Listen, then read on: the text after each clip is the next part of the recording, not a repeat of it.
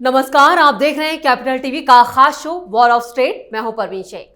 PM Modi की 18 जुलाई को मोतिहारी में जनसभा वो करने वाले हैं और उनके बिहार दौरे को लेकर राजनीति में हलचल तेज है। बीजेपी और उनके पार्टनर्स ने मोदी की जनसभा को ऐतिहासिक बनाने की तैयारियां तेज कर दी हैं। इस बीच बिहार सरकार के मंत्री नितिन नवीन के दावे ने महागठबंधन की टेंशन बढ़ा दी है।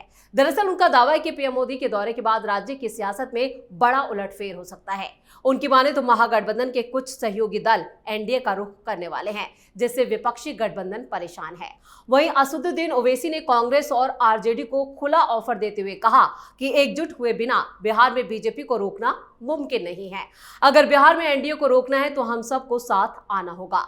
वहीं महागठबंधन में कांग्रेस ने एआईएमआईएम को सांप्रदायिक पार्टी बताते हुए गठबंधन में शामिल करने से इनकार कर दिया।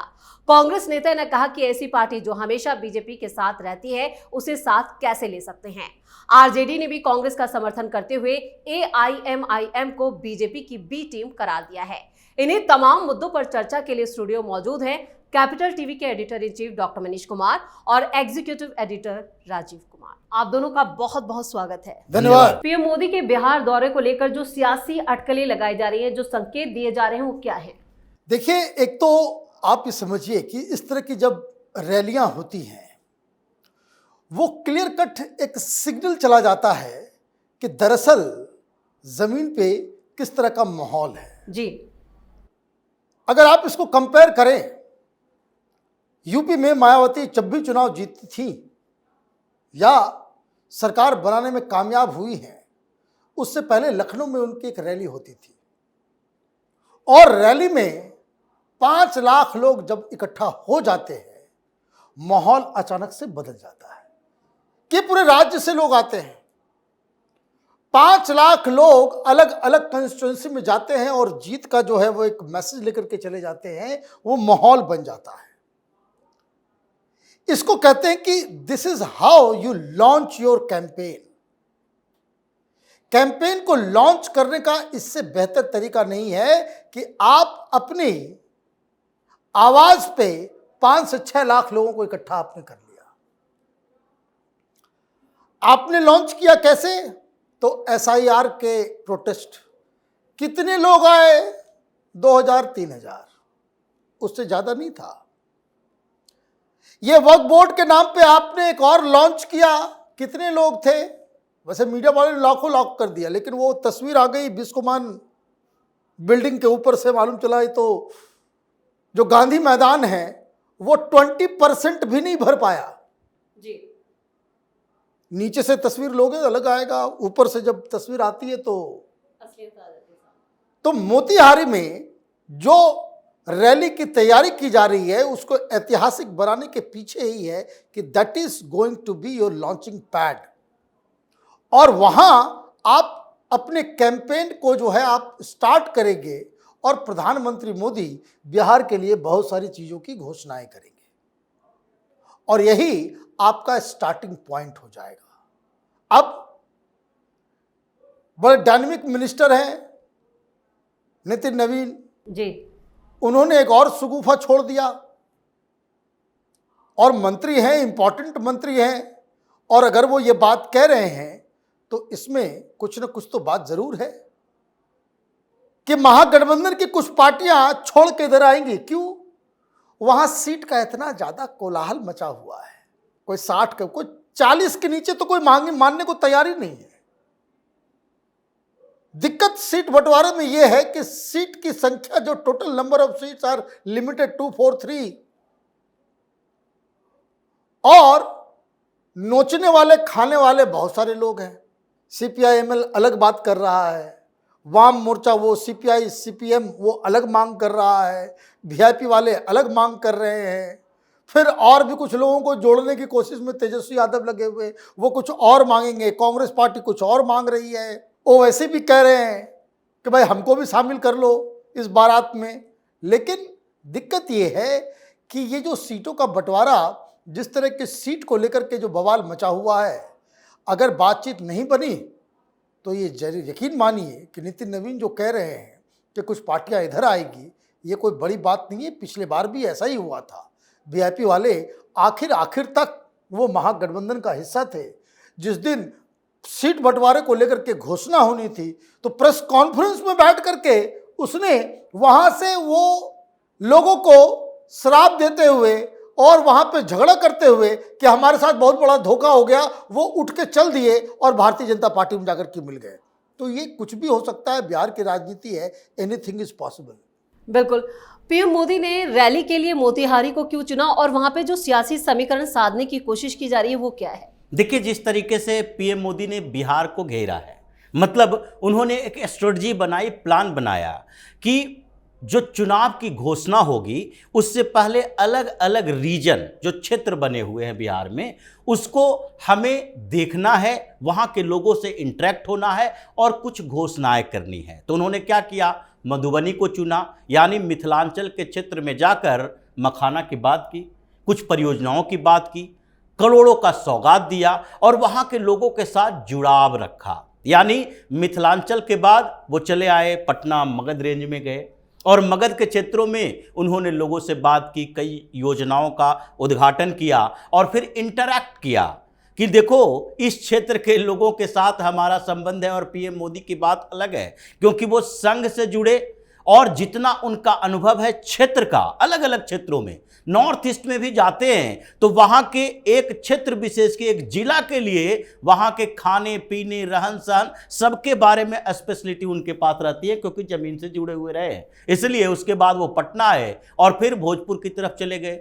सिवान में उन्होंने एक रैली की और सिवान में भी उन्होंने एक बड़ा संदेश दिया कि देखो अब भोजपुर के क्षेत्रों में भारतीय जनता पार्टी का जो पिछली बार थोड़ा कमजोर प्रदर्शन रहा था, वहां पर इस बार और बेहतर प्रदर्शन होना चाहिए। अब बचा हुआ था ये चंपारण का क्षेत्र जहां पर ये लोग ज्यादा घुसपैठ कर रहे थे। ऐसे चंपारण के क्षेत्र में भारतीय जनता पार्टी की स्थिति ज्यादा मजबूत है इन क्षेत्रों में, लेकिन पिछले कुछ दिन से दिख रहा था कि महागठबंधन वाले डायरेक्ट नहीं बल्कि इनडायरेक्ट अप्रोच कर रहे थे। ये चंपारण का क्षेत्र है जहां महात्मा गांधी भी गए, नील आंदोलन शुरू किया, कर्म भूमि मानी जाती है और भेजा गया किसको, तुषार गांधी को, महात्मा गांधी के पोते। और वो वहां पर गए, मंच पर बातचीत कर रहे थे, बड़े आध्यात्मिक बातें कर रहे थे, न्याय की बातें कर रहे थे, गांधी की बातें कर रहे थे, उनके रास्तों की बातें कर रहे थे और बगल में एक दो लोग और बैठे थे। सब ने मिलजुल कर शुरुआत कर दी कि महागठबंधन को वोट देने की।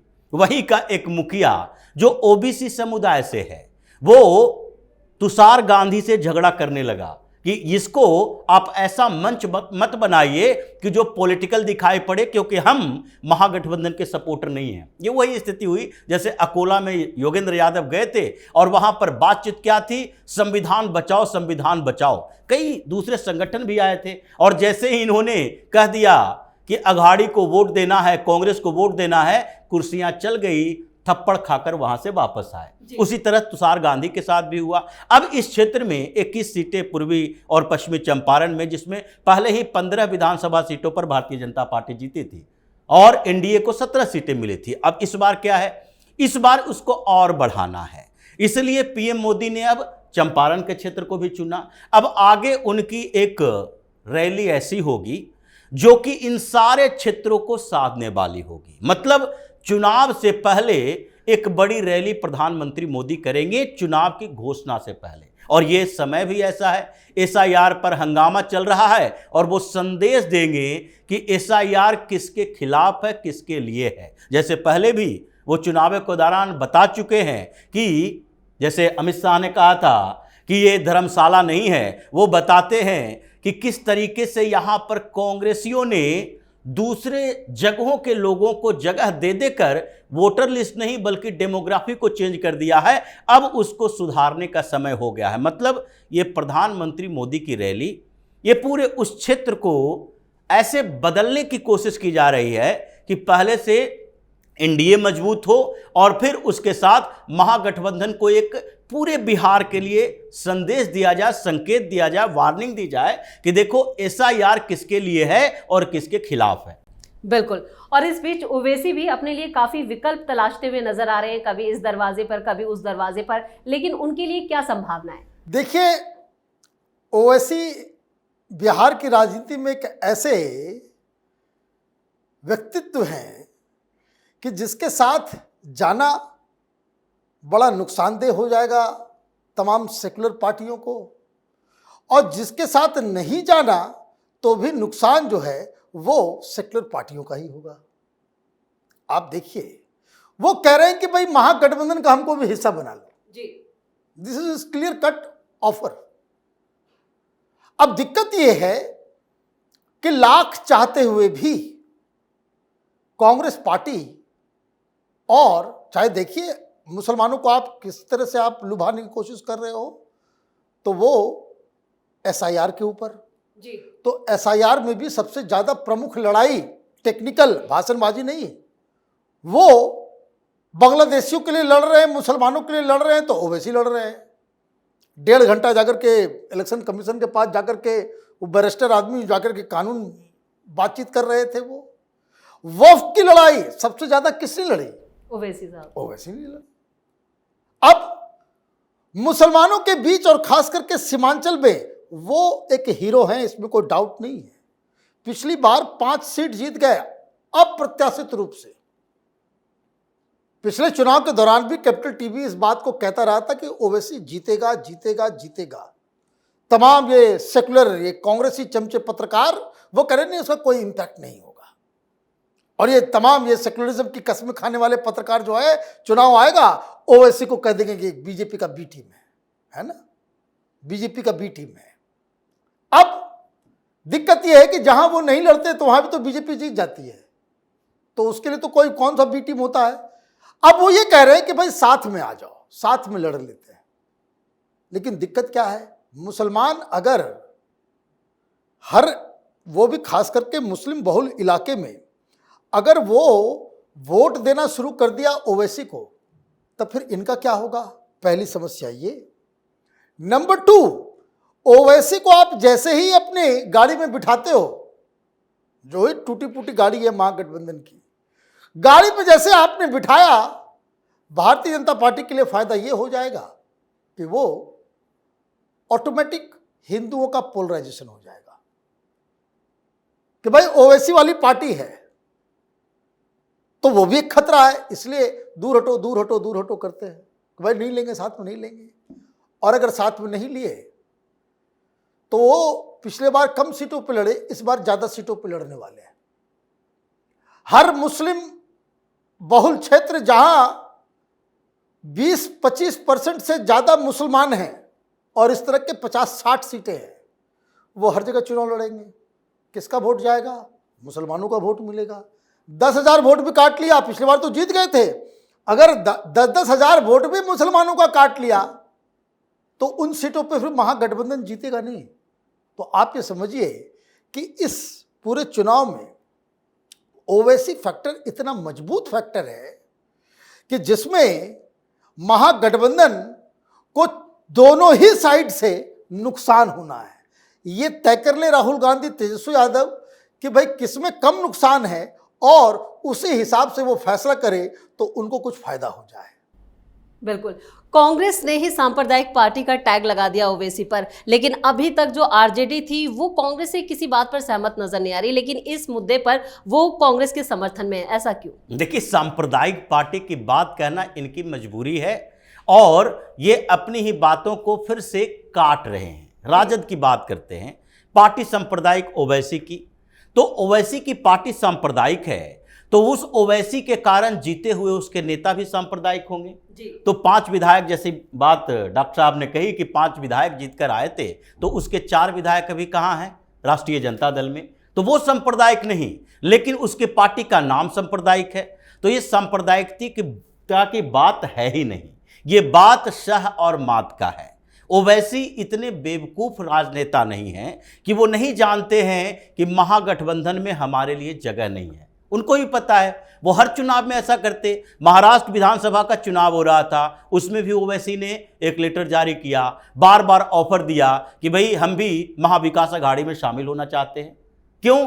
क्योंकि उनके ऊपर जो ठप्पा लगा हुआ है कि ये बीजेपी की बी टीम, बीजेपी की बी टीम, तो अपनी रैलियों में भी तो ये बताएंगे कि हम बीजेपी की बी टीम है कि ए टीम है और ये महागठबंधन वाले कौन से टीम में हैं।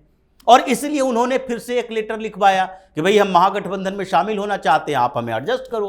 अब एडजस्ट तो हो नहीं सकते क्योंकि एडजस्ट करेंगे तो दोनों तरफ से नुकसान ही नुकसान है। एक तो सीट बंटवारे में उनको एडजस्ट करना मुश्किल, और उनको साथ लाते हैं तो हिंदुओं का पोलराइजेशन होगा ही।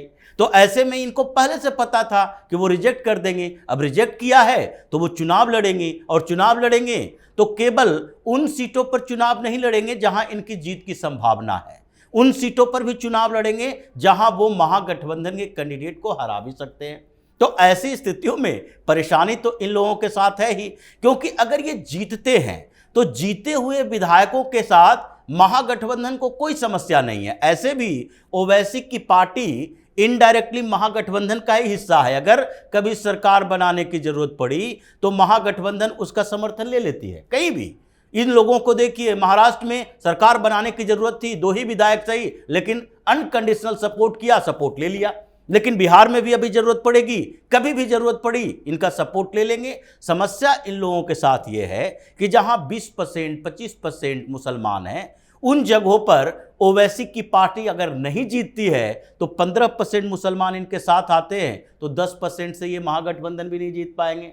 तो इन लोगों को ओवैसी ने फंसा दिया है कि अब बी टीम कहोगे तो हम अपने रैलियों में कहेंगे कि हम बी टीम नहीं है, हम तो चाहते थे कि लोगों के साथ आए, लेकिन इन लोगों ने हमें रिजेक्ट कर दिया। तो मोहब्बत एक तरफ से होती नहीं है, हमें चुनाव लड़ने से मना करने की ये बात कर रहे थे। क्योंकि लेटर आने के बाद मनोज झा ने कहा था कि ओवैसी को दिल्ली में बैठकर देखना चाहिए और कभी हमारा समर्थन करना चाहिए, उनको चुनाव बिहार में नहीं लड़ना चाहिए, यही हमारे साथ उनका सपोर्ट होगा। तो अब देखते हैं कि सीमांचल से लेके अंगिका प्रदेश तक जिन जिन जगहों पर 15-20% से ज़्यादा मुस्लिम हैं, वहाँ ये 40-50 सीटों पर अगर चुनाव लड़ते हैं और एक और मोर्चा भी बनाते हैं कुछ छोटी पार्टियों के साथ, जैसे पिछली बार बनाया था, तो ऐसे में ये महागठबंधन को 35-40 सीटों का नुकसान होना लगभग तय है। चलिए, इस तमाम जानकारी के लिए और सटीक विश्लेषण के लिए आप दोनों का बहुत बहुत धन्यवाद। धन्यवाद। पीएम मोदी के दौरे में सबसे ज्यादा परेशान विपक्ष है, उसके कौन से नेता एनडीए का रुख कर सकते हैं, इसको लेकर महागठबंधन में हर नेता को शक की नजर से देखा जा रहा है। कयास लगाए जा रहे हैं कि वीआईपी के मुकेश सैनी भी पाला बदल सकते हैं। वैसे भी महागठबंधन में सीटों पर सहमति नहीं बन पाई है। ऐसे में बिहार में ऑफर का खेल धड़ल्ले से चल रहा है। वहीं ओवैसी भी अपने लिए विकल्प की तलाश में है, जिससे विपक्ष की तमाम पार्टियां अपने ही खेल में बुरी तरह से फंसती हुई दिख रही हैं। अब नजरें पीएम मोदी के दौरे पर हैं। इस खास शो में इतना ही। वीडियो कैसा लगा कमेंट करके अपनी राय जरूर दें। वीडियो को लाइक करें, शेयर करें और कैपिटल टीवी को सब्सक्राइब जरूर करें। धन्यवाद।